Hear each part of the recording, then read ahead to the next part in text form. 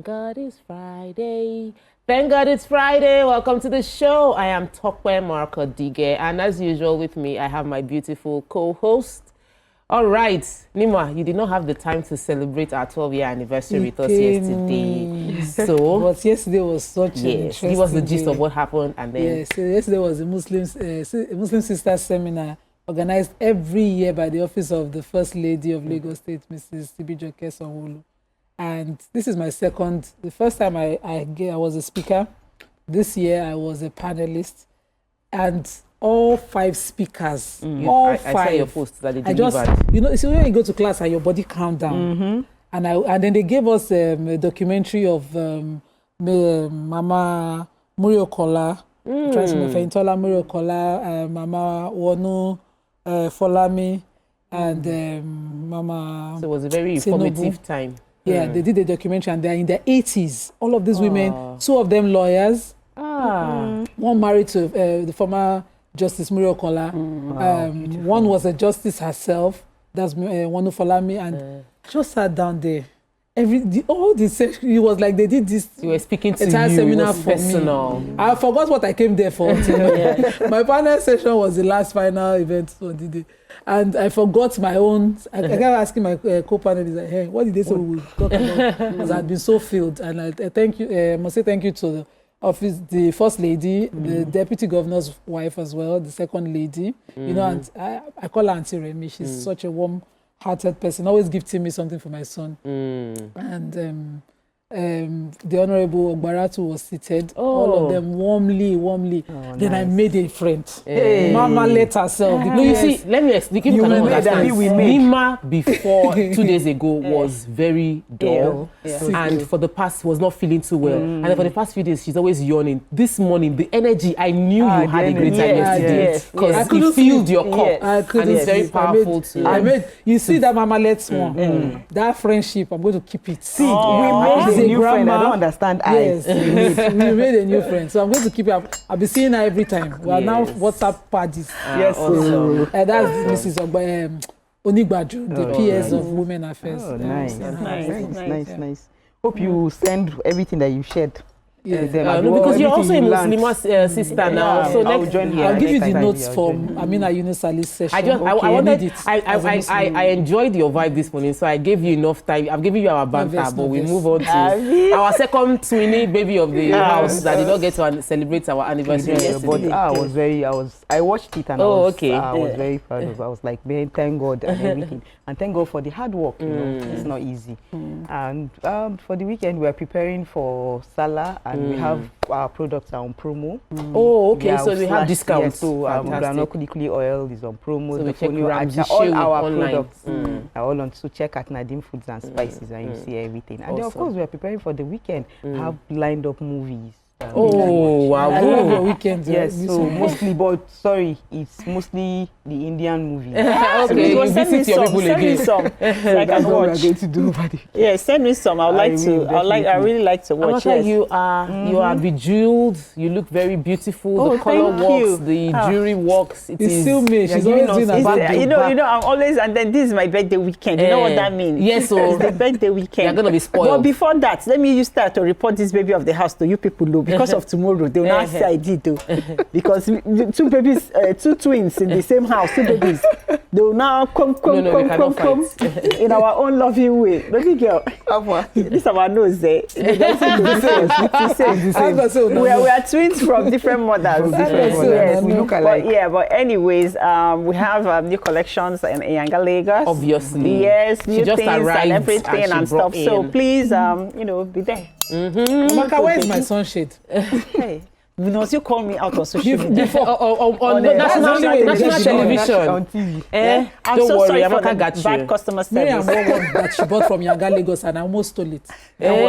You're going to get yours. She got you. Yes, I got you. She got us. You look good, baby. I love how you packed your hair. Oh yes, my hairstyle today took me a while to figure out, but I think. Did it work? Yeah, I think it worked. It worked. So the weekend is with family. Maybe I'll also watch a few movies, but I have an estate that I'm so proud of, one of my estates that I realized that I'm not marketing. So over the past month, I've been focusing on funding 40 families, doing the conference. I've not sold market. When they showed me account yesterday, I say, Tokwe, you must sell market. Oh God of last minute, the last few days of this month, let alert start coming in. If you want to buy land, please check us out. We'll take a break now. When we return, we'll face we'll go through the front pages of the papers. Please stay with us. We will be right back.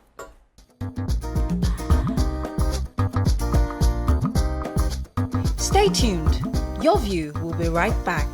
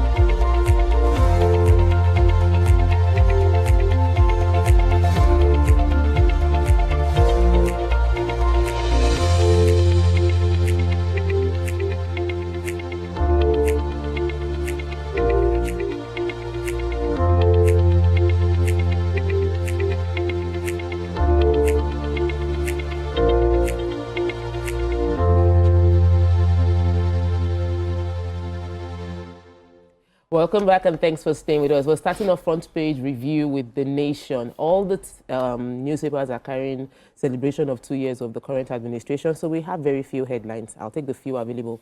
What president should do with economy before 2027? Experts project deliverables in 2 years. And Tinubu rescued rivers with emergency rule, says Fubara. I'm sure there are other interesting stories inside that the ladies have picked for themselves, so I'll be waiting. I think somebody has the WAEC apologizes for delayed exams.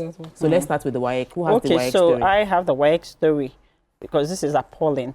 The West African Examinations Council, WAEC, has apologized to parents, pupils, and other stakeholders over the delay that occurred in the conduct of English Paper 2 on Wednesday.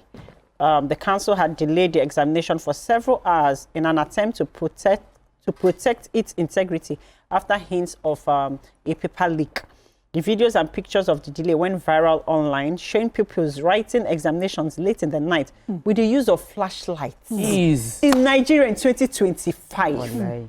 And we even talk about like the security, insecurity of them moving at night with their parents, and that's terrible. Anyways, in a statement yesterday, WAEC's acting head of public affairs, Moyosola Adeshina, explained that in a bid to maintain the integrity and security of the examination, the council faced challenges trying to prevent a leak of any paper. The statement reads, "Despite our best efforts, we encountered logistical hurdles, security concerns, and socio-cultural factors that negatively influence our operations. In order to forestall future occurrences of this nature, the council is currently collaborating with security agencies. We recognize the importance of timely conduct of examinations and the impact of this decision on the candidates, their schools, and parents, and we sincerely apologize for any inconveniences caused." But anyways, the House of Representatives Committee on Basic Education and Examination Bodies yesterday gave WAEC 24 hours to appear before it to address concerns surrounding the senior school certificate examination. Even if they are trying to collaborate with security agencies, what does that mean? Why are you writing exams at night with flashlights? Just move it. I think there was another one that the building collapsed. Moving it, I think. There was one that the building collapsed after they were writing exams. The building collapsed. You see, my pastor preached on Sunday and he spoke about the fact that any country that does not appreciate or encourage education is a country that is not going forward, and we're seeing it play out back to back. Really sad. What other story do we have? Story. So, Fubara is singing a different or tune. not, Fubara marked 2 years in office. Wow. Like, it's been 2 years.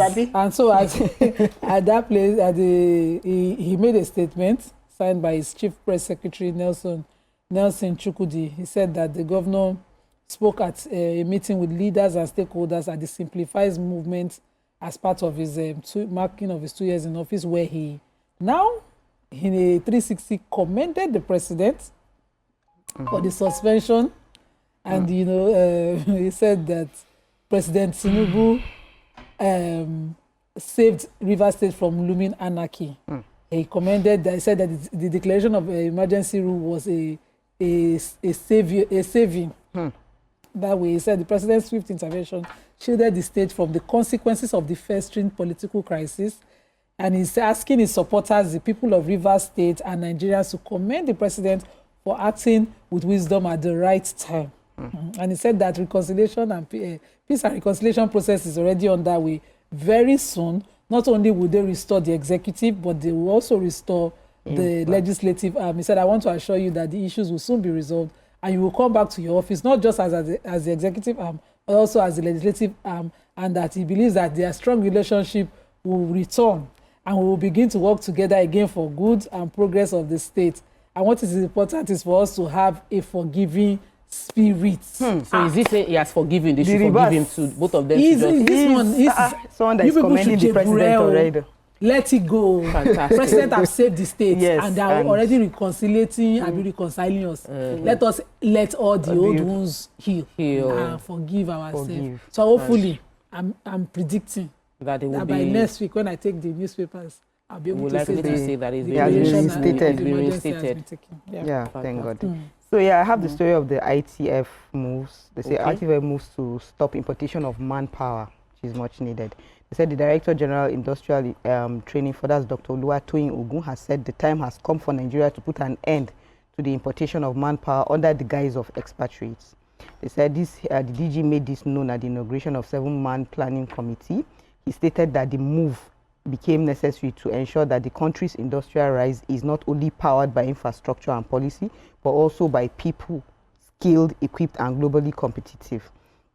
They said the ICF will continue to strengthen human capacity development in the country through its training programs. And also, even the president has also said that he has retrained. He said they should retrain the Nigerian artisans towards meeting international standard, which the organization is presently doing with the skilled up program that they're doing. And also, they said the Minister of State, Industry and Trade and Investment, that's the Senator John Eno, is also saying that it's time for them to unlock the full potentials of Nigeria's industrial transformation through one of its most vital levers, and that's the human capital development. I think this is a welcome development. It's supposed to have happened a long time ago. It's not like Nigerians are not well equipped to be able to, you know, handle train the people here. Yeah, so just train them, pump in more money, train them of international standards so that they can handle big positions in the country. Trust me to find a real estate story. This is not directly real estate, but the House of Rep is doing something. They've halted the... So here's the story. Controversies and allegations around the sale of the NRC, that's the Nigerian Railway Corporation properties. They are leasing them and selling them. So the House of Representatives Committee on Land and Transport has directed that the head of the Nigerian Railway Corporation should stop all sales or leasing, because they found out that workers within the railway corporation were being evicted from their residences in the guise of it's being sold or being leased, and that these allegations has prompted them that the presidency has a lot of plans for the railways as a means of transportation. So this leasing and selling of properties should be paused for now. They say so. They've asked them to halt it. Then they've invited them for questioning, ensuring that after the questioning, because of the allegation that has come out, but we know when they sell things, it is usually inside, or the leasing that is happening is inside. But the fact that pensioners are being... of the people now. The pensioners and staff are being sent out of their quarters. So that for me is worrisome, and I'm happy that Blessing Onu, who is Benue, representing APC Benue representative, is the chairman of the House Committee and is brought this situation up. So we'll be waiting to hear details about how this happens. Moving on to Daily Sun, we'll take it after we come back from this short break. Stay with us, we'll be right back.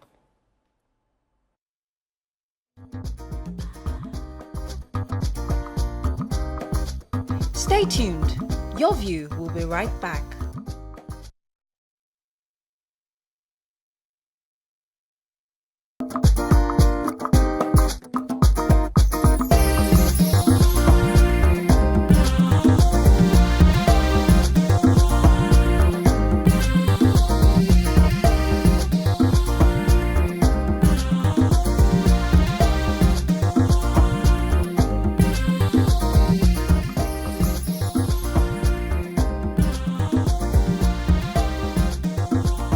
Court not the highest Welcome court. back, and thanks for staying with us. We're continuing the front page review with the Daily Sun. Nima, kudos and knocks trail Tinubu's second-year anniversary, which was yesterday.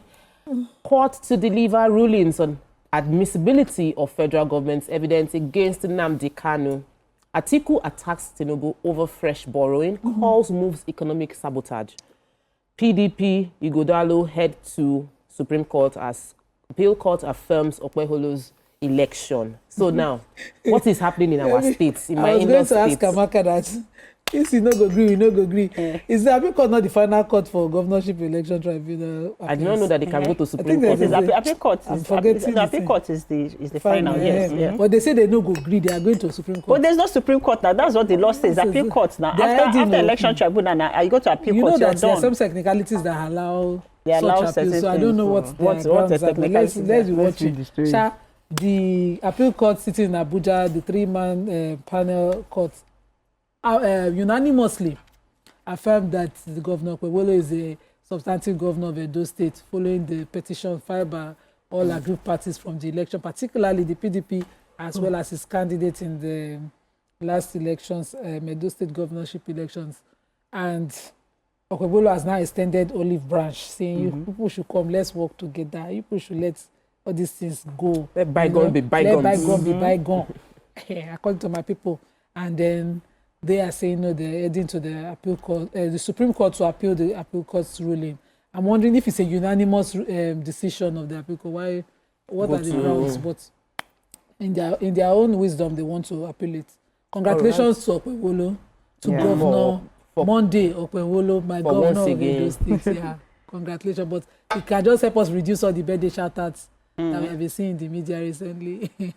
And Facebook for governance. I think it's doing well. My people at home have good news from saying good things. That's what we want, at least. Yes. All right. So who has what? Yeah. So the Federal High Court in Abuja stood down proceedings to deliver ruling on the admissibility of the evidence sought to be tendered by the federal government in the ongoing trial of Nnamdi Kanu, who is the leader of the indigenous people of Biafra, IPOB.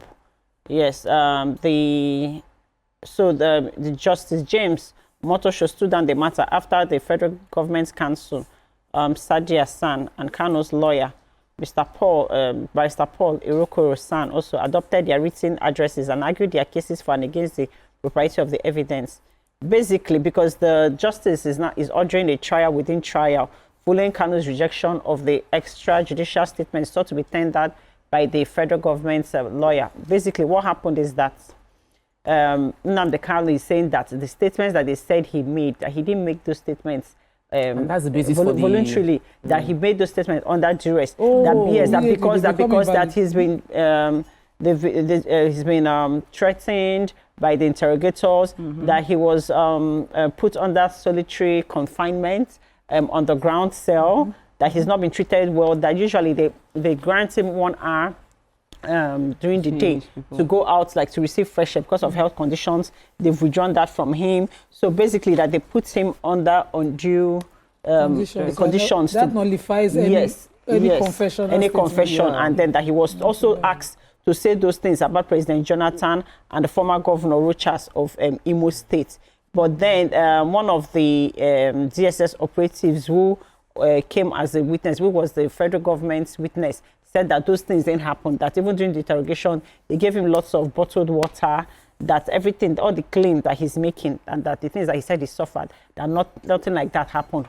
But regardless of that, the justice has ordered the conduct of a trial within trial to ascertain the voluntariness or otherwise of Kanu's statements. So let's see what happens. If the case is taking very long, please, when is it going to end? No. It's a security case, and it's a case on terrorism. It's not a case that is meant to be a swift case. It might be protracted. Though we're all looking forward to having this just pass. I wanted to take Diri, the governor of Bayelsa State, Duye Diri, has pledged to. There's a young man that died. He's a 26-year-old fresh graduate of the Federal University of Otuoke. He died on the 16th of May. He was shot. According to his families and a few eyewitnesses, they said he was shot by police. But the police are saying that it was caught in in a cult rivalry battle, and that was how he was shot. Long and short of it is that the governor has pledged to pay compensation to the family, and they pledged to get justice for the family. This is a fresh graduate. It's a really, really sad situation that the law enforcement agencies must be professional. It's sad to hear that this kind of allegation is being levied against the law enforcement agency, but this is not the first time, and we really need to help our police by supporting them with as many trainings as possible, even as we also hold them accountable when they actually are the ones that made that mistake. So, okay, so I have the Lassa fever gist. Hey. They said the Nigerian Center for Disease Control and Prevention has reported a total of 366 deaths from Lassa fever and meningitis in the country. They said they confirmed 733 cases out of 5,118 that they had taken, and that the suspected infection across 18 states and 95 local government areas. That's what they are saying. Okay. And they are saying that within the same period, the country recorded 141 deaths. That some people have died because of this this thing. And most affected age group is 21 to 30 years. So let's take note. And they said to coordinate the response, the National Lassa Fever Multi-Partner, Multi-Sectorial Incident Management System has been activated at all levels.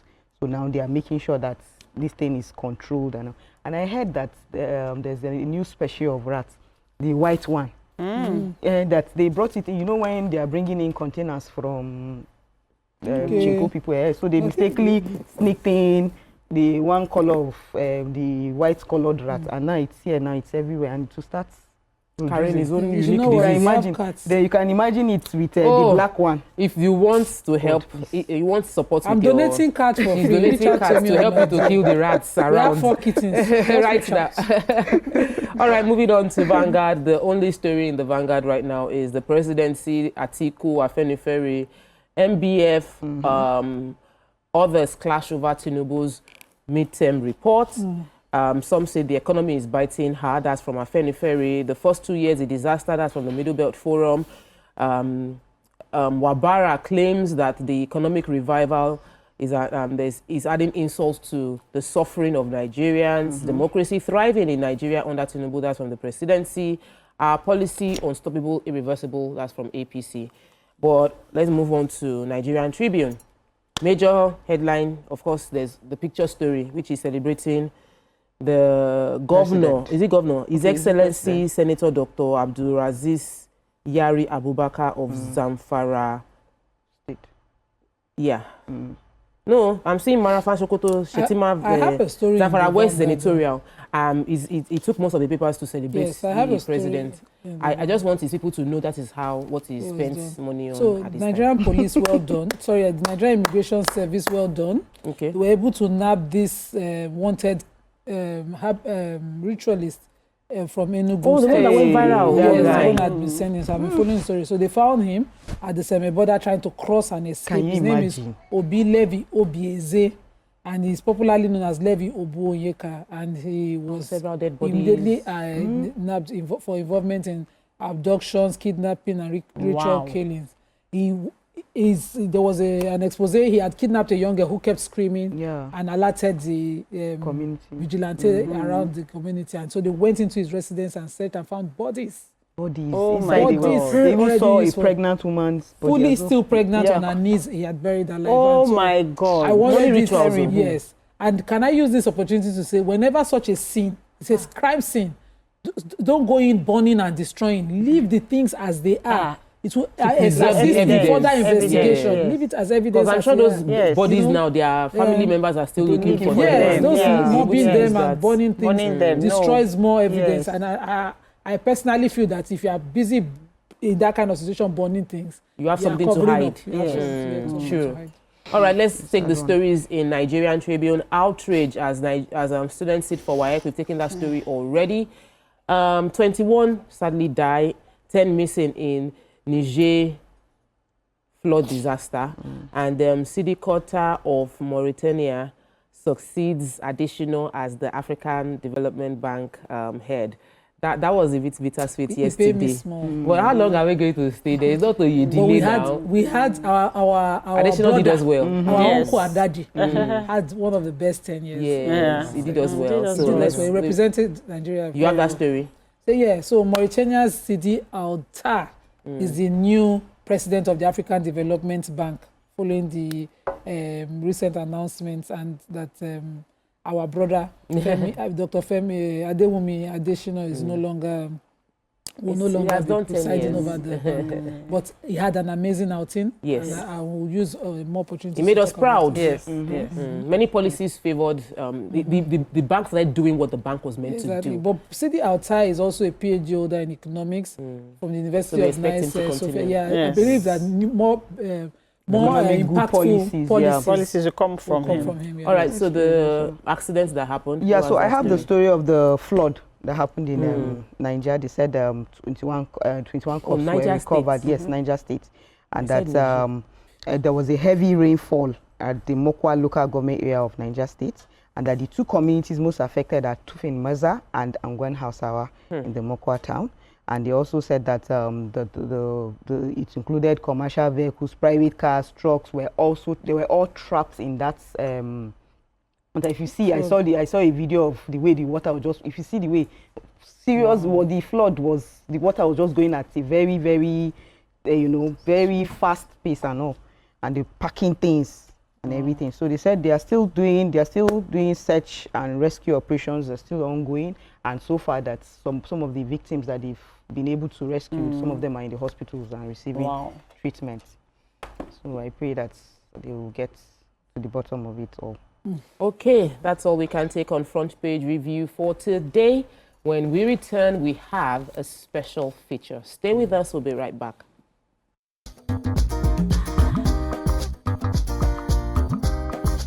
Stay tuned. Your View will be right back.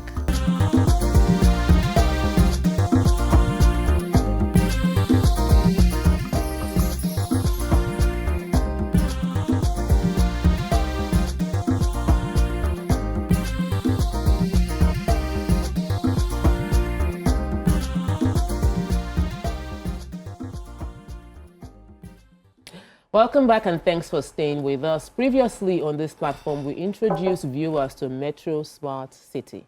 It is back in focus. Today, we continue the conversation, and joining us to share deeper insights into this groundbreaking project is the Head of Sales and Marketing of Metro Speed Group, Emeke Ntoikit. Did I do that well? Ntoikit. Yes, a strategic leader with hands-on experience and expertise in property development and sustainable innovation. She's here to give us fresh insights to what makes Metro Smart City a landmark project to watch out for. So that's what we want to know. What makes Metro Smart City a landmark project to watch out for? Just imagine that somebody is hearing about it for the first time. Give us details. Okay, so I'd say thank you once again for having me back on this really beautiful set. Metro Smart City basically got its inspiration, from wanting to provide sustainable modern living, like it should be. We cannot talk about our inspiration without taking a look at the states we are, which is Lagos State.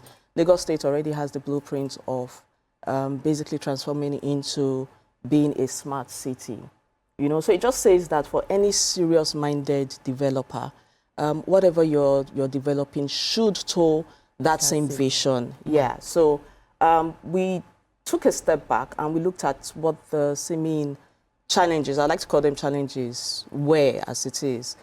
Top on this list would be housing deficits, right? At the moment, we are estimated, it's arguably, we're estimated to be about 17 million people in Lagos State alone. The United Nations has predicted that by 2030, which is about 5 years to come, that number should have gone as high as 27 to 30 million.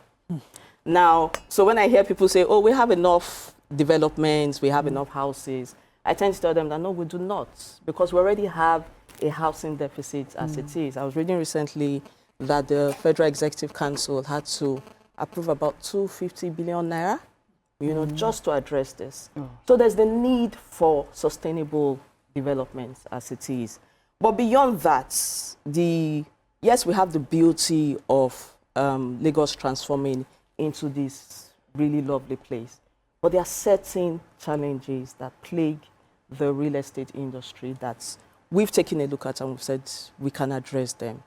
Things as simple as security, power, even clean water. We are facing flooding issues from ineffective drainages and all of that. Those are things we took a step back and we said, look, we can not just provide development, but we can do it better. I mean, at the end of the day, we shouldn't have to travel out of the country, you know, to have very good style of living, more like. So, in a nutshell, what we did at Metro Smart City was we saw a gap that needed filling, right? I'm sure we've seen a lot of the videos that have gone around. The real estate industry has come under quite a lot of heavy attacks recently, and rightly so, you know, because developers these days are really not delivering on sustainable living like it should be, you know. So that's what we are here to change at Metro Smart City. It's a 97-hectare beautiful lagoon oasis. Wow. It's a mixed-use plan, which means it's going to have both the commercial and residential sector.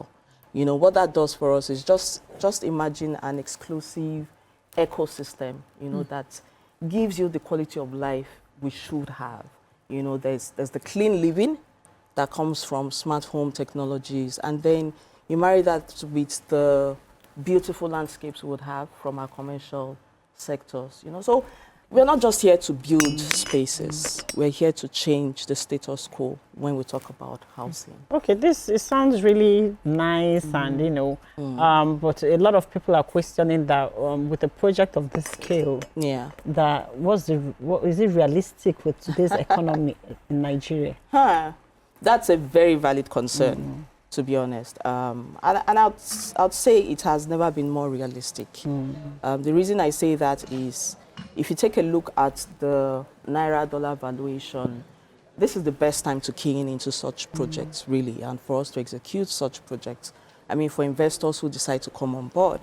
But most importantly, Metro Smart City is backed by thorough feasibility studies. So we didn't just wake up one morning and say, okay, we want to do this, and then we jumped right into it. So we've gone through a lot of background studies. We've also ensured that we've implemented strategic processes to execute. Lastly on this list, I think I would say is our high investor backing. So when I talk about making sure that we've gone into strategic development phases, structured phases, we started these projects last year, October, that's 2024. Now, due to the environment where it's situated, there's a high water table content. So we find ourselves reclaiming. So we started reclamation last year. We're almost at 20 hectares now. But most importantly, what we've done to ensure that structured phasing is to break it into two. So the first phase of about 48 hectares will be completed October this year. We move to the second phase, completed October next year. This ensures that we are not piling on too much at once. It also ensures that we can track our progress real time.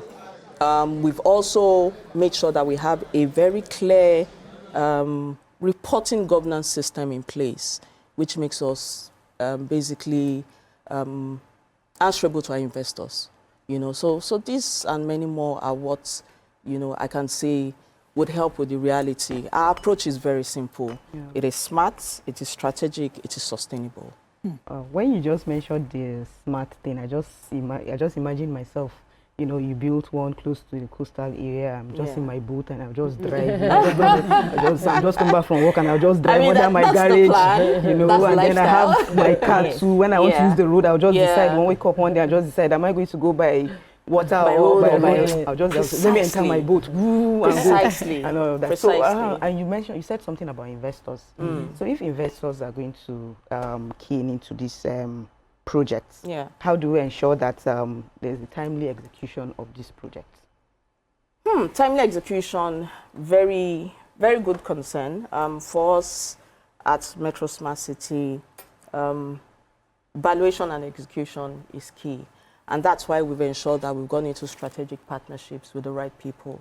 You know, it's one thing to have a vision. It's another thing to give your vision to the right people. So it's like, I decide I want this really pretty dress, and then I sketch it and I take it to a cobbler.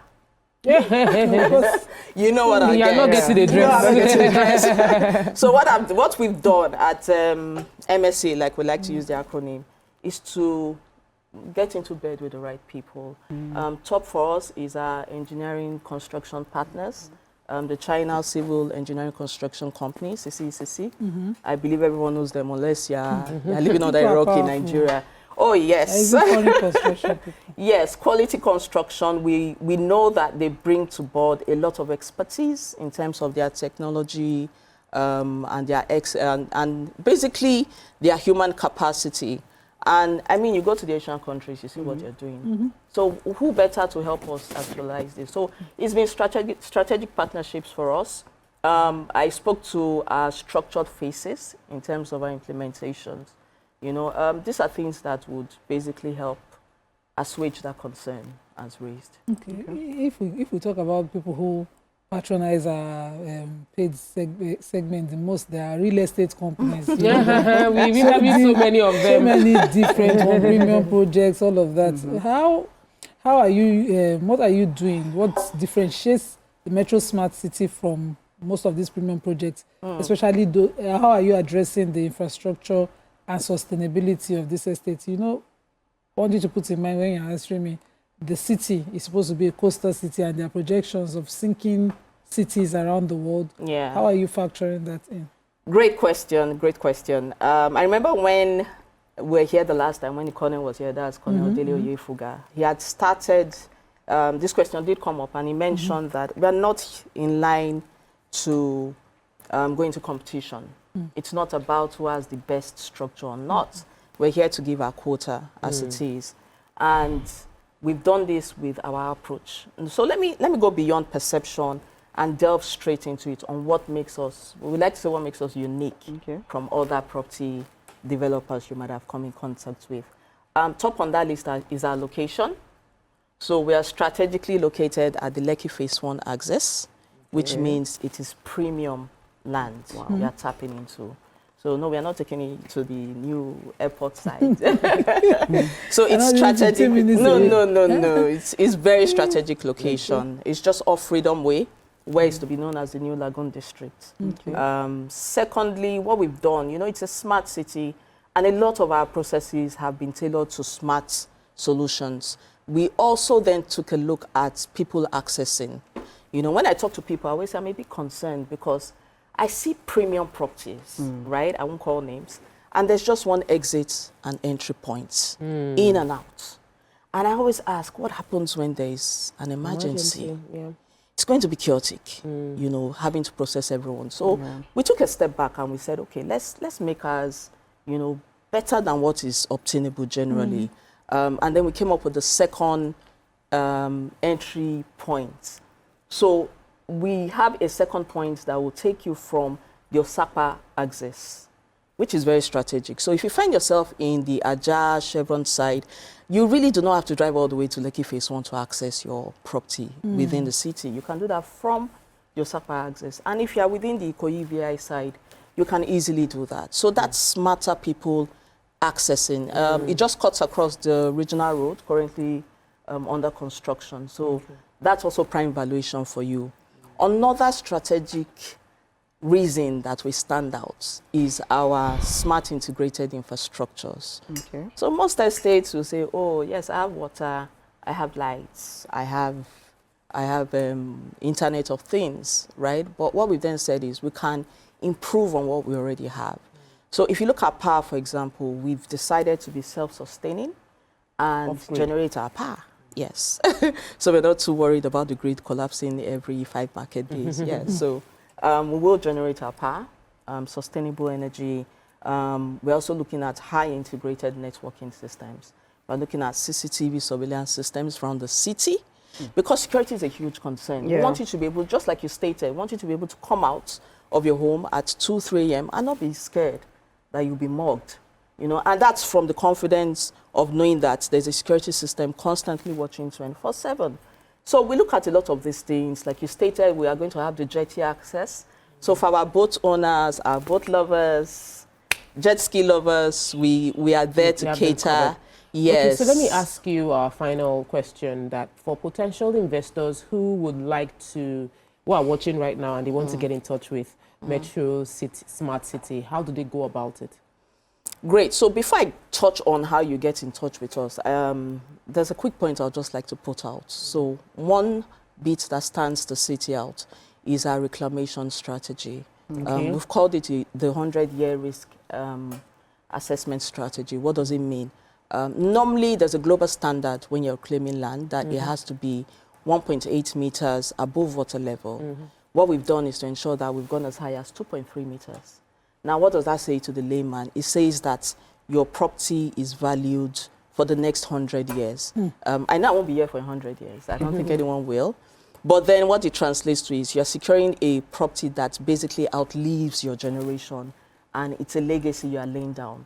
So yes, we'll be very excited to have people come on board. We have limited land availability because good products don't last on the shelf for long. Yeah, so please feel free, get in touch with us. We have a dedicated team on ground waiting to attend to you. I'm sure our phone numbers are probably scrolling on the screens. Yeah. Our website is www.metrospeedgroup.com/metrosmartcity. Right there on the screen, take a Yes. picture. We're on all social media handles at the Metro Smart City, Instagram, LinkedIn.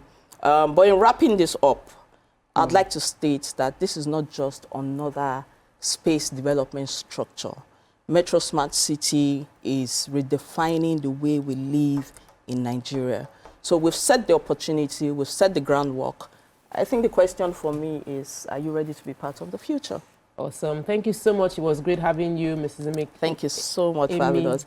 Amy K. Amy K. Fantastic. Yeah. That's all we can take on this segment of the show. We'll move on to our hot topic of the day. Stay with us. We'll be right back.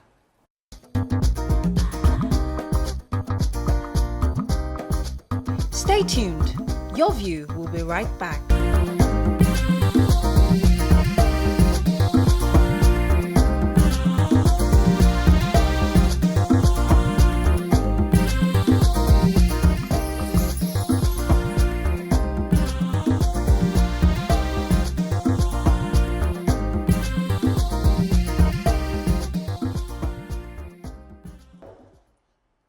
Thanks for staying with us.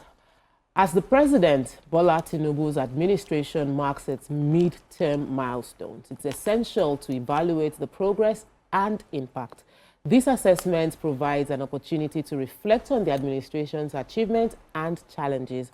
With a diverse range of priorities, the administration has faced numerous tests, from economic reforms to security challenges. Administration's response has been closely watched. This evaluation would examine the administrative performance sector across different sectors. The key focus includes economic growth. We want to check out infrastructural development as well as social welfare.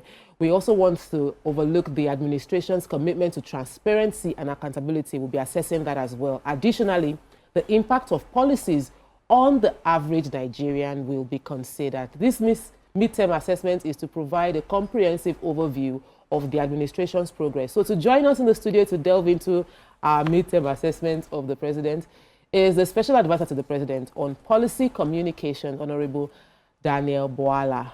So, happy second anniversary to this administration. Thank you. And thank you for joining us. This is a conversation that is extremely important. You know, they say when something faces the front to one person, it is the back to another person. Correct. But it's important to have someone who can give us a 360 view of what is going on. You can join the conversation because we would like to, I'm sure you would have questions for him. I would like to hear from you. Call us on 020-163-52013, or you can call us on 090-2416-3440.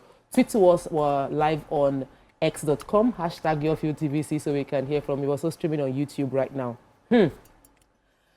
First question that many people would have on their mind is that what has worked really?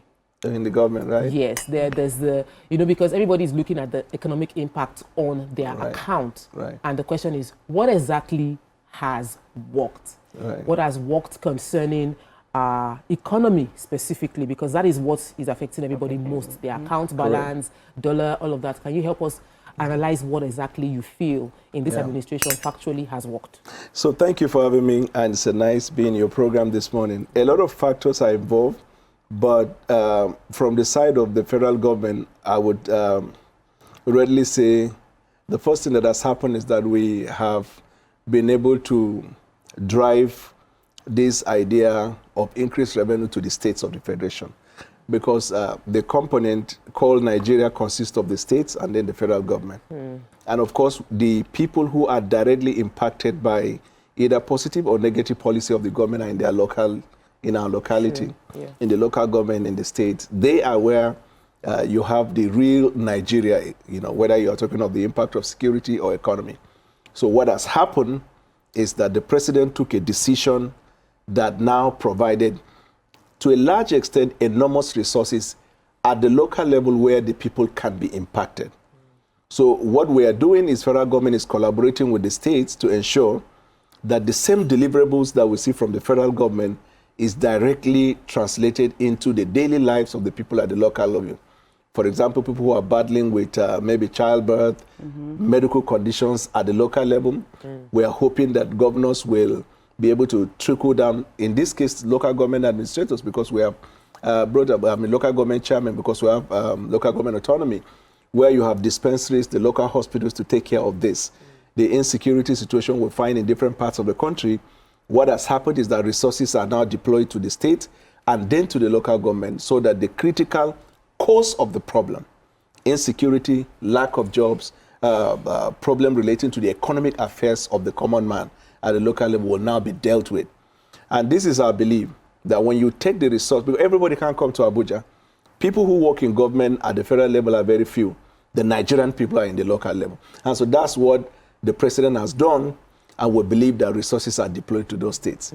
I think the conversation should also be about what the governors also doing with the resources in the state to ensure that it is trickled down. At the general level, Nigerian economy, when we came, was in what, if you like, you can call it intensive care unit. The president took it to the surgery room, performed a successful surgery. This is what the economists will tell you, by dealing with the fundamentals of the economy. In fact, World Bank came only 2 weeks ago, and they said that the administration of the president placed the economy in a modest growth. So the economy at the moment has been moved away from the intensive care unit to the recovery room. Otherwise, the medical people will call it convalescent stage, where the economy is now beginning to recover, so that we can have the full fledged of the impact of the economy on the general life of the Nigerian people. This is one of the many, but this is fundamentally what has happened. Okay, let me take it from the poverty alleviation side of things, because I remember that we complained about, you know, the poverty index increasing under President Buhari, and then they came in as a party and had a plan on how they would alleviate poverty, and the impact of that cannot really be seen. So how impactful, you know, this surgery, this laudable plans that you just mentioned, have you been able to access the impact of it? How many lives have changed? How has it impacted? So, for example, if we look at education, we can say at the moment, even though we all know that when you're carrying out a reform, you have to give it a time. But then we also believe that there are things you can point at in the immediate. And this is what we can say today we have been able to, you know, steer. One is that we can tell that over 300,000 Nigerians who are going to the universities have benefited from the government funding, where they can fund their education, direct cost of fees and then cost of living. And we're hoping that in the coming day we expand that, right? We will even expand beyond the government schools into private schools as well. With respect to probably poverty, we know that we've introduced rice policy that is affecting the entire states of the federation. So we're also hoping that the judicious use of this policy of the government will be administered by the state governors, and then you trickle down to the people at the local level. Job creation fundamentally is a product of a lot of factors. But the one factor that we will all have to agree is that you have to allow the economy to be stimulated.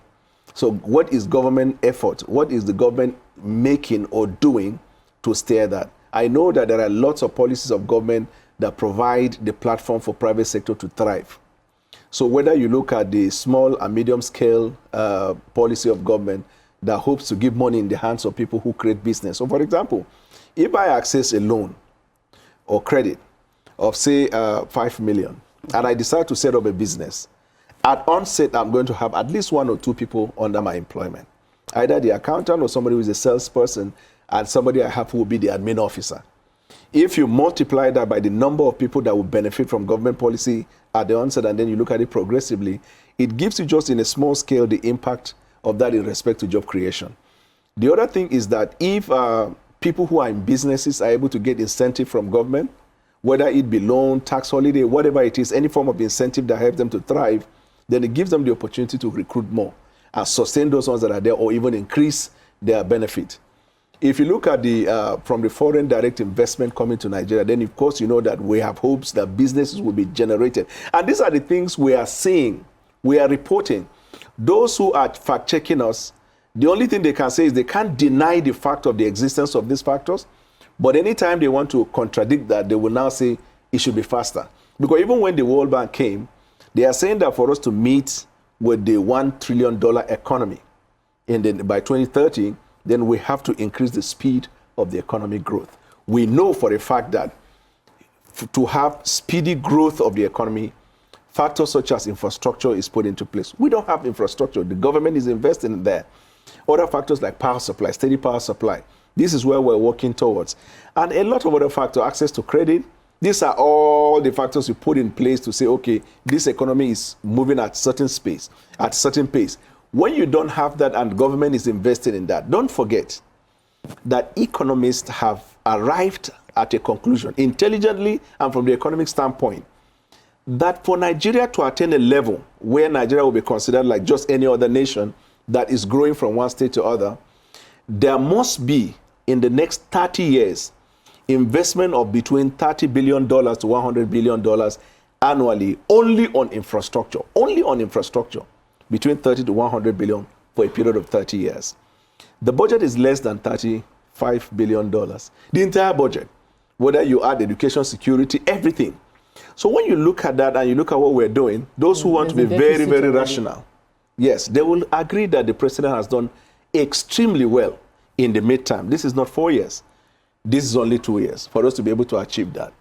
Even the masses that we talk about crying, if you look at last year, sometime around this time last year, the situation was much more precarious. Even in your reporting, when you talk about people who are saying, Ebing power, we're going through this, Nigerians are able to, because all that the people need from government is accountability. If you can convince me that what you're doing is out of a good heart, I can endure for as long as you can convince me until we all come out of it. But we don't even have, in my view, an option. When the president came, there was no revenue. Nigeria was at a very critical stage. That's why we said it was at intensive care unit. In intensive care unit at that time. But thankfully, the economy is gradually being glided where the people can see the effort of government. And we're hoping this stage we're entering into after 2 years will be that recovery stage. And one good thing that happens in recovery, when a patient is in the recovery room, is that you are going to see the rate of growth, the rate of, a medical term I will use to show the difference between when you are in either the surgery room intensive care unit and when you are recovering. They are certainly not the same.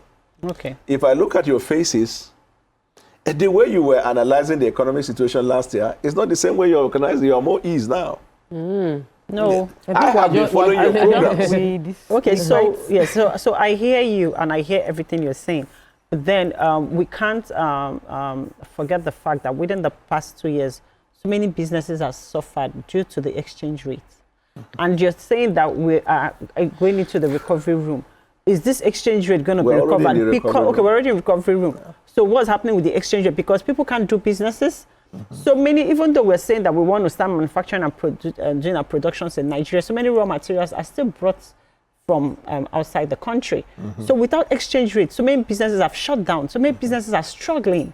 What's going on with that? Can you educate us on because this is the highest we can't deal. Yeah. So what we do is to boost production, because that's the only way Forex can come in. It won't come through fasting and prayers. It will come through praise and worship. You praise and worship to prepare yourself. But after that, you put in works to make sure that our people have access to means of production. but also are able to work. And if you look at our economy, certain things, there was a time the complaint was that foreign companies were folding up and leaving Nigeria, and that's why we're no longer having foreign exchange. But later it is discovered that some of these companies that were leaving is because the president came and said, we'll play by the rules. They were enjoying free tax. There are certain basic principles on ground that they were bypassing, and the government obliged them because, quote unquote, they are foreign organizations in Nigeria. As they go, we don't hear that they even thrive in their countries either. So take, for example, if you look at an oil company that left Nigeria back to its home country, try to do a little research about what they are doing in their country. Because wherever you go, you must compete. That's the whole idea of a free market economy. You must compete. We must not give you advantage over others. Market dominance at the peripheral stage, it will look like it is good. But the downside of it is that you are able to stifle others who can't compete. The environment must be competitive for competition. So if we, as the government is like small and medium scale, is still part of means of production. People who are in the manufacturing, people who are in probably industrialists, if you do a little bit of research, you will see the way they benefit from government. But the forex regime of yesterday, just like the oil regime of yesterday, subsidy, it was not actually benefiting the people, but just a few people. So even the narrative created in the space is that we prefer where we were before than where we are. But what you don't know is for every dollar that Mr. A accessed for a certain amount, there is extra dollar that the federal government subsidized for that. Those dollars that would have been subsidizing for are the things we are now putting into the critical area where everybody will be affected. Ramatu, I'm going to come to you, but you see, what you just explained is something I've discussed on the show from the angle of the government could not deal with the corruption within and the lack of, and decided to throw it open to everybody, because it's one of the reasons there was corruption in the oil sector. And so rather than dealing with the corruption in the oil sector, the government said free market. There was corruption in the management of forex. The government said, okay, we cannot deal with this corruption. Free it. In freeing these two things, the people had to pay more, were paying more for oil, were paying more for dollar. And those two things, I would like to, the IMF, I read IMF's reports that the economy is, we're on the right trajectory, but the Nigerian population, the regular average Nigerian, isn't feeling like we are on the right trajectory. For the average Nigerian, they're looking at it and wondering, okay, when are we going to get back to dollar at least 500 or 700? You know, so is there any plan? Is the plan taking us there? And what else is going to give for us to arrive there? So the plan is already working. If you recall, at some point, a dollar went for as much as 1,800 to 1,900. But over the last 3 to 6 months, at least there is stability in the sense that the oscillation of the money is still within the range of, let's say, 10 naira. Either 160 or 150, 165 or 155. And this is driven by economic indices. And this is a more realistic economic growth than a wonder that somebody will promise you, you wake up in the next morning, dollar is going for 800. You know it's an artificial growth. One thing about artificial growth is that it is not sustainable and it doesn't last. Then with respect to when are we going to come back to when a dollar will go for, say, 700 or 800, it's possible, but it takes a lot of factors. Like we talk about production, competition in the market as well, because you made the point, in those days, certain people were benefiting, now free the market. You see, the president was once asked in the last media parley, I think somebody saying, when are we going to have, I think it's BKO. He said, because people hold items, so when are we going to have price control? You see, price control is not consistent with free market economy. The president said, no, I will never enforce price control in my government. He said, let there be enough supply and demand, market forces will play, competition. Look at the oil. There was a time a liter of oil was going for a certain amount, then Dangote came on board, other people are now getting enabling environment, the oil is going down. And you can see that most likely, we don't know, but most likely it might come down to as much as 700 or less. But you have to look at two factors: time, ensure that the people play by the rules, and then the third one, encourage people to participate in the economy. Well, I'm still going to jump at you from another area, but you did not add the CNG. That's the impact of CNG is still on the people don't talk about it enough. I use a CNG car, and if I tell you the number of hours I have to queue at some of the stations where we get, a lot of Nigerians are already on that platform. It should have impacted dropping prices the CNG, right? For transportation. But so we need more investors in that field. When you have probably few people, because it's a new initiative, you know, departure from energy to alternative source, more people will come in to play. It's just like when when we introduced GSM to Nigeria, when it was one company, I remember I bought SIM card for 32,000. 40,000. 40,000. Then you have more people coming in, and then at some point they will even give you SIM card free and give you chocolate. They say, I will make you. Once the market, you create the government can only create an enabling environment. In a free market economy, government does not determine.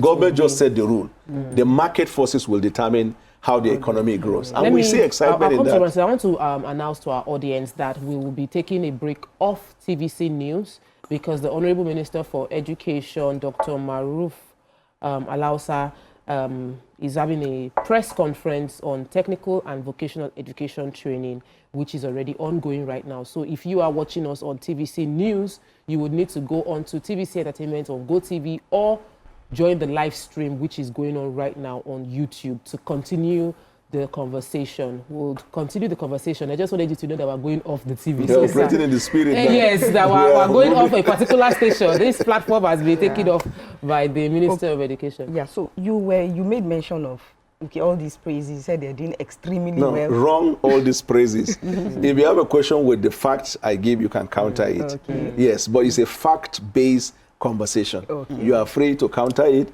I'm free to give my opinion, and those who are watching it are free to make their own conclusions. Okay, so in the boosting of production, because I'm into production and I know where I have issues.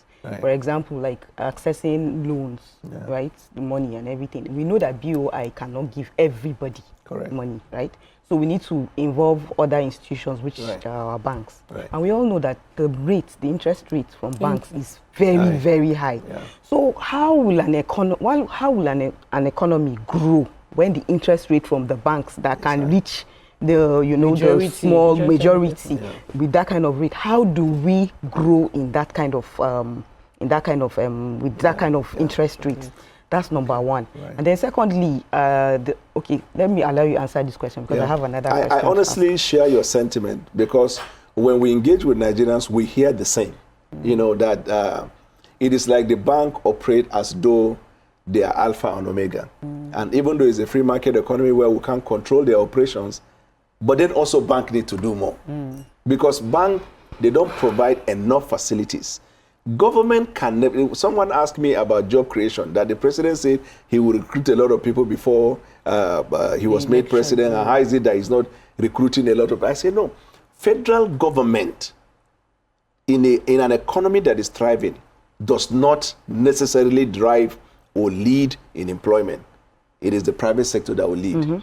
Private sector will bring economic activities that will create jobs. Government is to provide the enabling environment and all the assistance that is needed.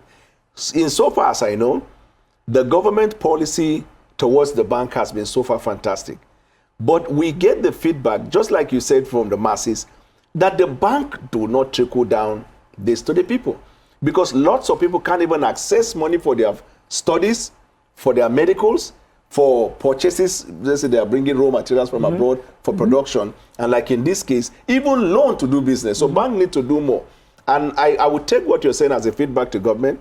I know that our respective ministers, the Minister of the Economy, the Central Bank Governor, every now and then the whole press briefing, about policies of government that create that opportunity for the bank to also trickle down this to the people. Because as a bank, you can't benefit from government and the masses can access, facilities that are the basis for which you are accessing certain benefit from government. Let me add another thing. Sorry, excuse me. Let me add something else again. Then the licenses.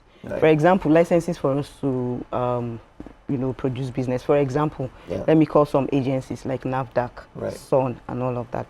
It takes time And the requirements are so much, you know, it's a bit doubting. And then most importantly, it takes time. And then once you get your number, let's say you get your NAFDAC number, it will just take by 2 years, it has already expired. You just got the number and you are getting ready to relax, to start selling. Before you know it, 2 years has come. And then there are other licenses that come up every single time.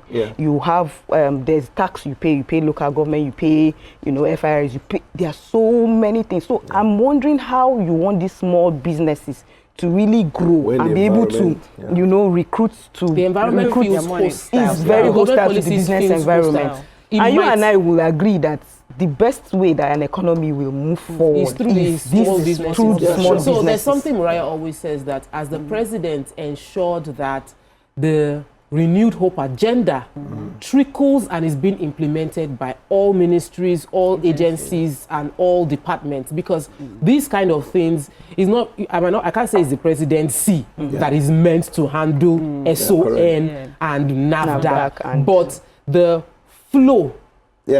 How do we ensure it goes down? And I'll add a question to that, because I feel that her question is, she's speaking the heart of the business owner. Correct. And it might be part of what you're taking as feedback. However, within the presidency is that we had a minister's shake-up.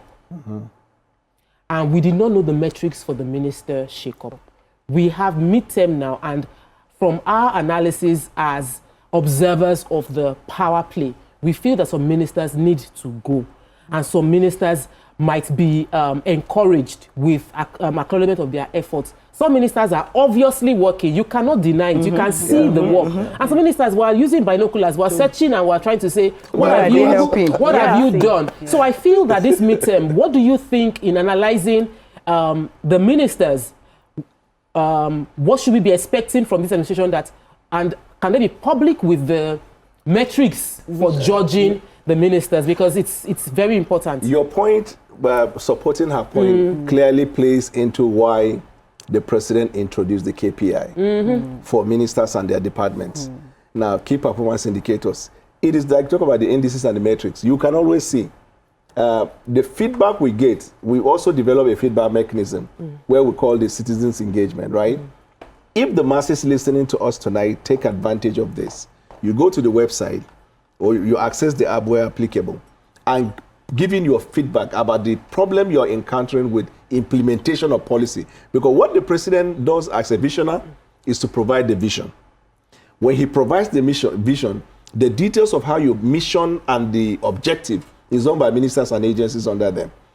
We have, as we go around the country in our various engagements, the other time we had a coffee hangout, we hear the same. When it comes to implementation, there are places where it is tougher, it is harder. We have even heard complaint about certain things on the desk of ministers approved by the president, but yet not implemented. The president has a mechanism of getting this information. So, for example, even the key performance indicators, which goes on with the office of the policy coordinator, my sister Hadiza. He has his own independent way, because when he introduced that, he also introduced external assessors. So that even after she has done her work, there are assessors who also bring their perspective, but the president's ears are on the ground. So whether someone is performing or not, at every given time he exercises his discretion whether he returns or he sacks. And when it comes to relieving ministers or any appointee of job, there are three factors. One, it might be non-performance. Two, it might be a strategic thing, that change.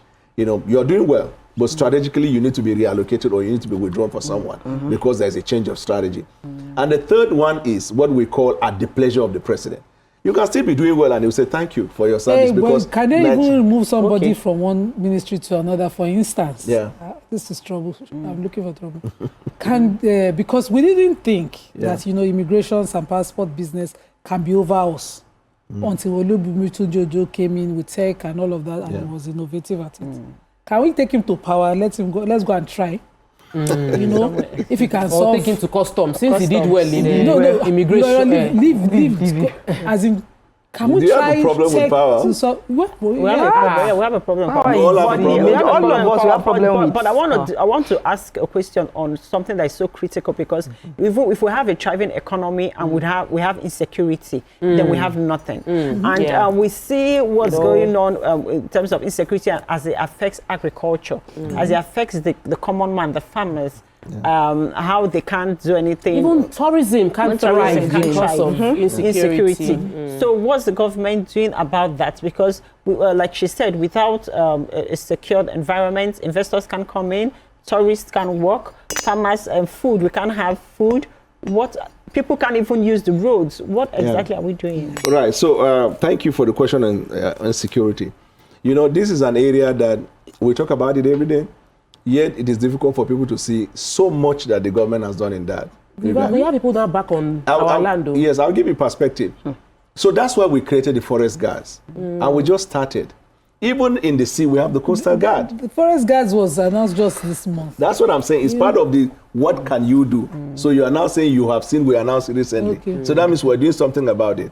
Then with the interagency collaboration is also part of what we're promoting, because for every insecurity in a locality, there are lots of factors. Maybe the one that has to do with intelligence, which is SSS, the one that has to do with law enforcement and management, which is the police system, and if it is of a nature that threatens the territorial integrity, then the army company will come into it. I can tell you this. You must have been reporting every day, President seeing service chiefs, giving marching orders. Everywhere he goes to in this country, whether to come to your state and commission a project, one of his conditions for coming is that he will address the armed forces in your state. This is insecurity, or security is the heartbeat of the president, because everything rises and falls on a secure environment. Exactly. No business if there is no secure environment. Honorable Bola, how is it in your state, Borno? Right now, because the governor of Borno is going around and crying out for help in his state. But recently, because you now have communities taken over by Boko Haram again. Something that has become a thing of the past. There are three elements. But let me say that he recently, I think about 5 days ago, commended the president for taking decisive step in that regard. But I will tell you that because that's my state. And part of what the governor himself said, these guys were called repentant Boko Harams. They were carried and trained in time, rehabilitate them, then train them in the hope that we will use them against the insurgents. Some of them were armed. They ran to the bush and joined back. And they use our arms against us. This is not whether the president has policy or not. It can happen anywhere. So we are devising a way of countering that. There is two. The second one, when political season comes, some politicians are heartless, and you won't believe it. Anything that will undermine the government, including bringing Nigeria down, if it serves their purpose, they will either aid or abate it. And that is the secondary aspect of what you see in the Northeast and the Northwest in particular. Yeah, it's counting down to 2027. Counting that 2027. And then the third one is that we have what we call crisis economy. People do it for business. We create problem, we get paid, we are given paid to manage the problem, and we are paid also to ensure that the problem ends. And just like when it happened with these people from Russia, they call these soldiers you bring in mercenaries. They say for every city they go to, they will end the immediate problem and create another one because they have to stay in the job. So whether banditry, kidnapping, insurgency, so that crisis economy has also added. So we have three layers. The good thing that I will report to Nigerians is that we are making the necessary progress and we're reporting that to the Nigerian people. All right, let me take this call. Mr. Yakub, it's been a long time. Welcome to the show. Are you still there? Yeah, thank you. I'm there. Good morning, Mahadiji. Good morning. And good morning, Mr. Bwala, and then the rest team in the studio. Sister Nima, good morning. Sister Tokwe, I think, please, give me a little bit, some minutes, because I have to deal with some certain issues, especially two issues. One is about the CNG. The second one is about NEPA stuff. Because, Mr. Bwala, I'm very happy when we won you back to the where you belong to. Because initially, when we lost you to the other party, I was afraid. Yes, I'm not a politician, but I have a very sympathy to this government because of in person of Bola and Tinubu. Now, I'm very sure anything I said today, you get it from Mr. President, because this is the only channel we have to clear our mind. Number one, The CNG issues, yes, the government have done very well. They have done very, very well. But Mr. Bwala, I need to call your attention to this.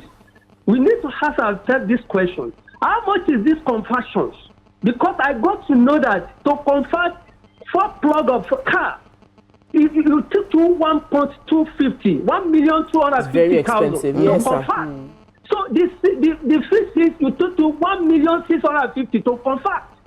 See, Mr. Bola, Mr. President done well, but he needs to look into this. It is not only for the yellow buses alone. What of us that have a private car? Are we not a Nigerian?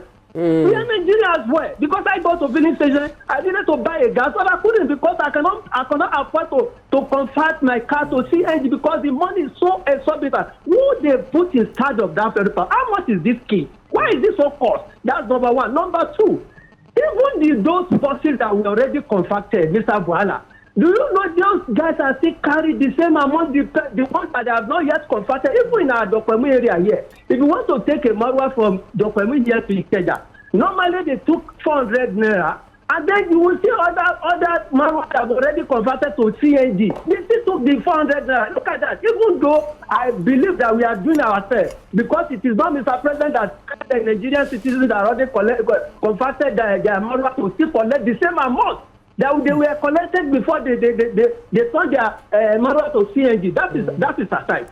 Now, you say that everybody has issue with NEPA. Yes, we did. In fact, all people sitting down in that studio, they have issues, including me. Yes. Yes. Some of us bought a meter, Mr. Bwala. Please pass this thing to Mr. President, even though I don't like the face of Minister of Power, because he has not done anything to my own best of knowledge. That's it. Because some of us, we bought a meter. And then they were telling us this meter is old. And then they took it away. They are not telling us to go and buy another one. Who does that? Who does that? Nigeria are crying loud. Please, let Mr. President know this. Thank you and God bless you, sir. Thank you, Mr. Yakub. Take it back home. This is actually what we welcome. Mr. President has been very forward about that. You know, we call it citizens engagement. You are not governing if the people are not reacting. We take feedback, whether it is negative or positive. In his own case, all of them are positive because you can see from he appreciates the effort of government, but then there are challenges he's pointing out with respect to implementation. It's not far from what you said, and you even mentioned about difficulty, you know, dealing with NAFDAC. These are the details of what the president doesn't naturally or necessarily do. He appoints people for that purpose.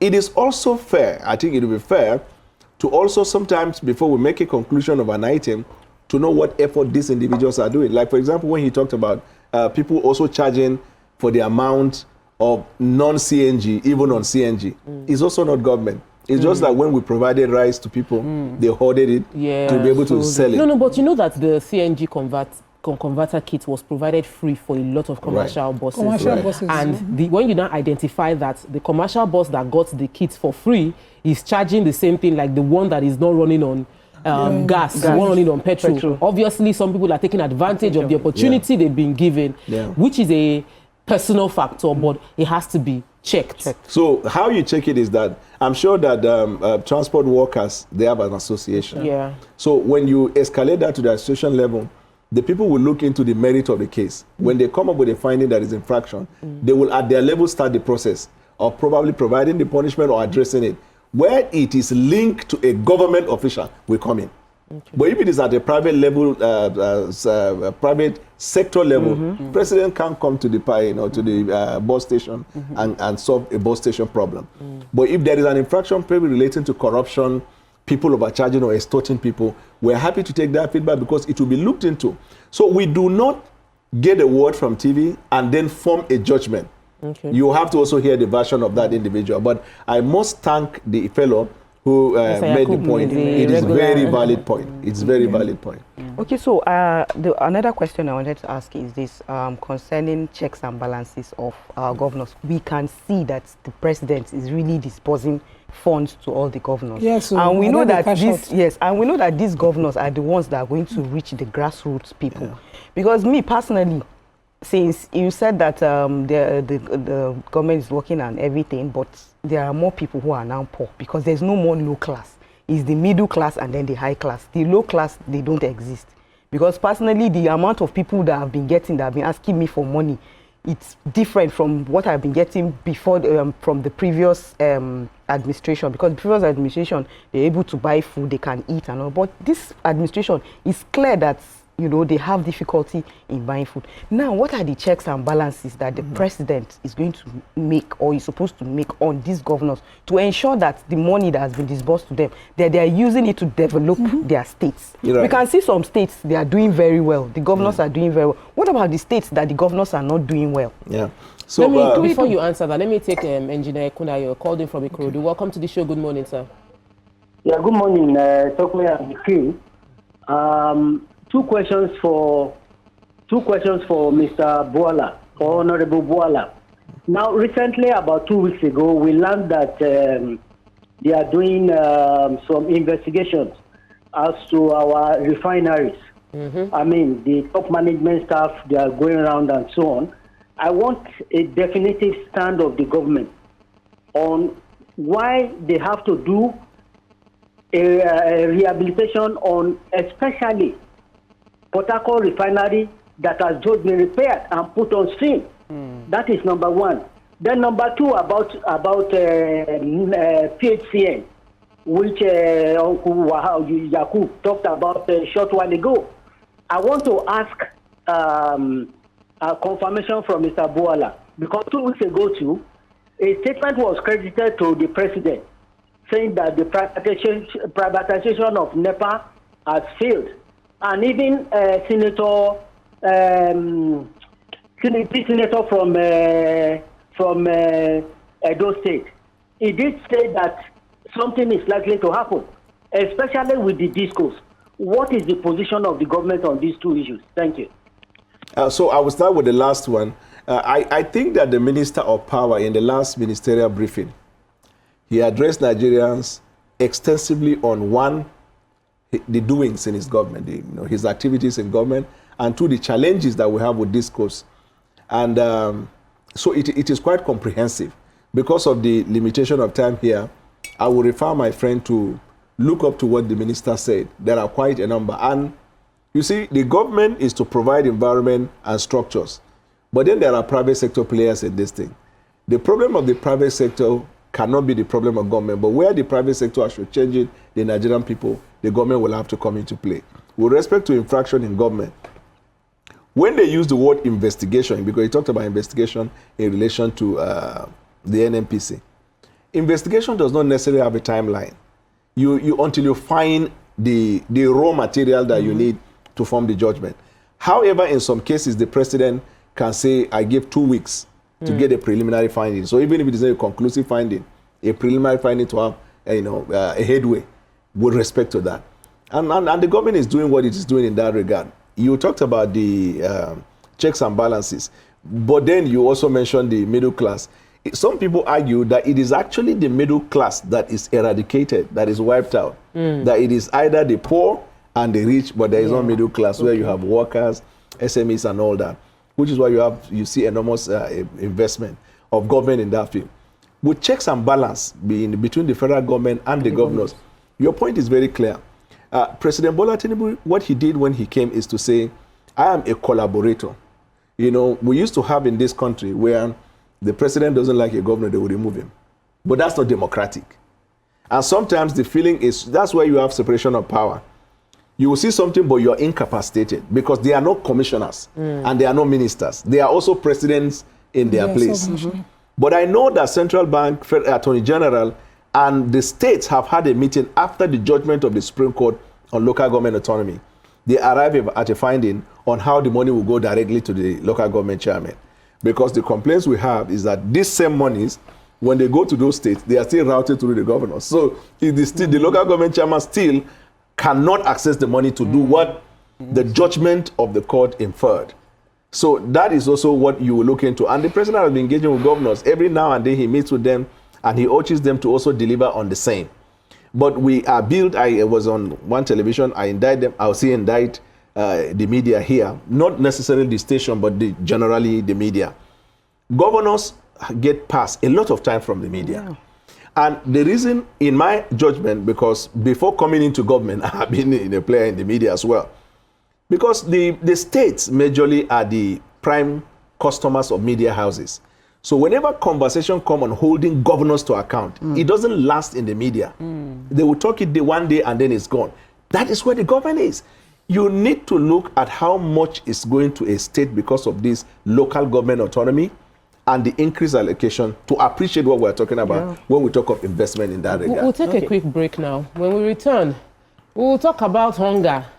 Because you know, you made it sound like between last year and this year, people are not saying living power again. It's not true. You are not keeping your ears to the ground. People are still complaining of hunger. We'll talk more about it when we return from the break. Stay with us. We'll be right back.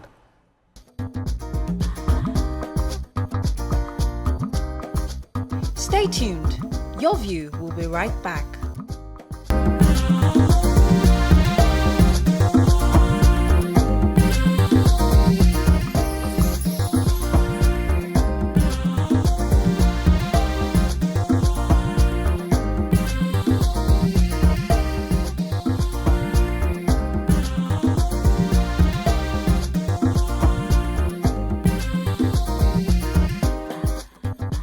Welcome back and thanks for staying with us. We still have with us Honorable Bwala, and we're discussing mid-term review of the president's administration. I think he's also drawing our attention to the fact that it's not just the presidency. A lot of governors are also in their mid-term. But Amaka had a question before we went to the break. Yes. So, sorry.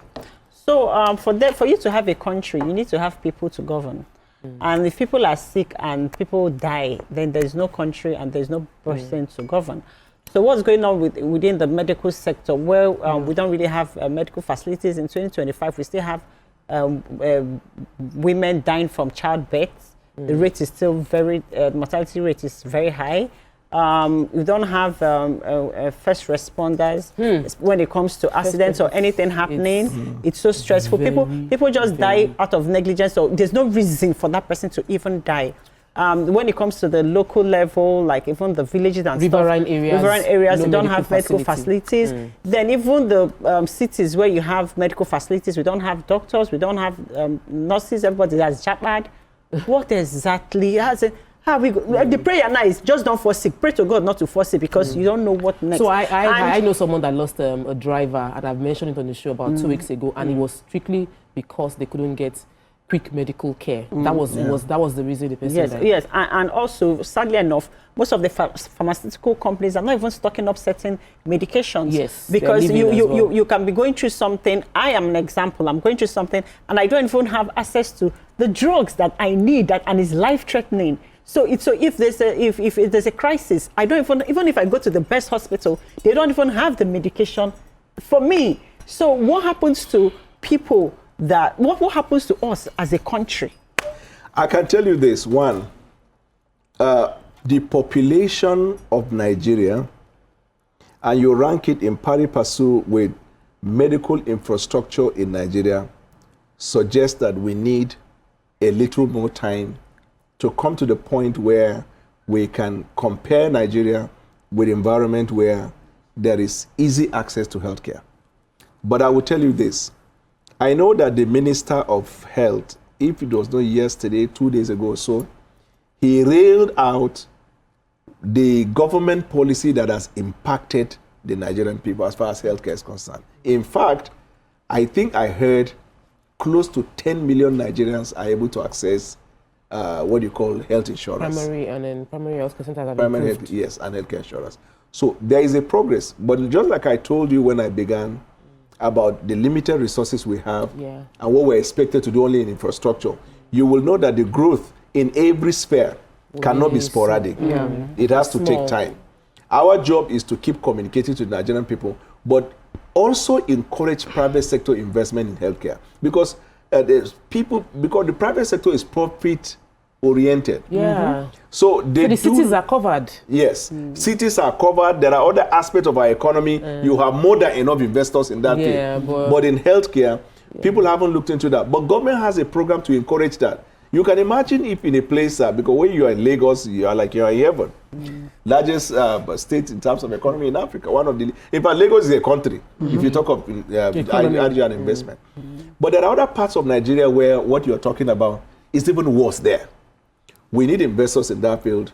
That's why government is promoting private sector. Government can't do everything, but government must provide environment. Government must encourage people to invest. That's our primary duty. Make it attractive and get people to invest. With respect to pharmaceuticals, I think it's a global thing. I overheard the other time I was watching, I think it was BBC or something, somebody made similar complaint in the United Kingdom of certain drugs that the person could not access until it took the person number of days and the patient sadly passed before that medication came. So some of these unfortunate situations are here, there, and there. But we know as Nigerians, the area where we need to affect our people fundamentally, like this maternal childbirth.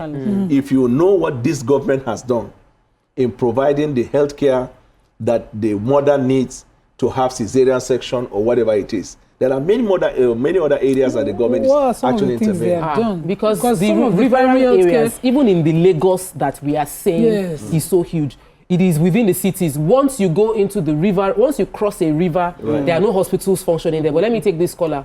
Welcome to the show. Good morning. Hello, good morning. You are live. Yes. Good morning to the Honorable and all the crews there. I just want to say I give kudos to the President. He is doing fine. You know, with his agenda, he is doing good. You understand? The Yorubas will say, he's trying. I do pray for him every day, that God will continue to help him and support him. He will not fail. He's doing his best. If he fails, we are suffering. He's a good Baba, as I do call him. So let us, praise him at least. He's trying. Things have changed. If, we will say the truth. It's just that, politicians will not want to say the truth. But, you people should know that the Baba is trying. God will continue to help him and uphold him in Jesus' name. Amen. Thank you so much. Let me say something before you say a question about what she said. In your opening monologue, you also state what she's saying. There are two sides to it.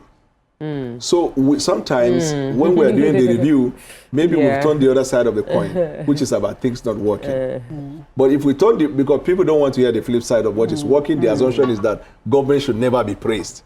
So that's why even attempting to say we have achieved something, some people see it as crime. They will say, are you not supposed to do it? But if we have not achieved it, you are supposed to do it. We recognize that, and we are not in any way, we don't have an apathy or hatred for people whose feedback towards government is criticism. It's all part of government. We as politicians know how to separate between media-based criticism of government and that which can be fact-checked or that which people will have understanding. So I want to thank her for at least talking to us on the other side of the coin. Exactly, we're grateful. Because we heard that the president was able to help us clear. Is it the World Bank or the IMF? The IMF. The IMF loan. Okay. But then we want to now borrow another batch. They brought a proposal. I hope you know that even with respect to the cesarean section, it is free in Nigeria. So what we are talking is that there are other places that's not done. It's not free in Nigeria. It's not free. You are talking to women. We are women, no. We have plenty pregnant. All of us are actually paid for somebody that has had. So there is a policy of government that it is free. But no, sir. In Lagos State General Hospital is over 100,000 naira. That's why you say it's not 100. And you even is over and all of those things. Okay, it's over. I still had to pay for a relative on cesarean session and General Hospital. So that's what we say. Something is policy and the reality is a great difference. So I'm glad with this feedback. So we would like to know where to go. But I wanted to talk about this our loan that was cleared and the new proposal, for an approval of a $21 billion loan. Yes, and that has brought a lot of criticism. So it's like we won one and we're trying to lose more. I was thinking that since our revenue increased because of the removal of subsidy, it will mean that we will not borrow again because we will be able to manage. But now they have to now give all these governors we cannot draw their neck.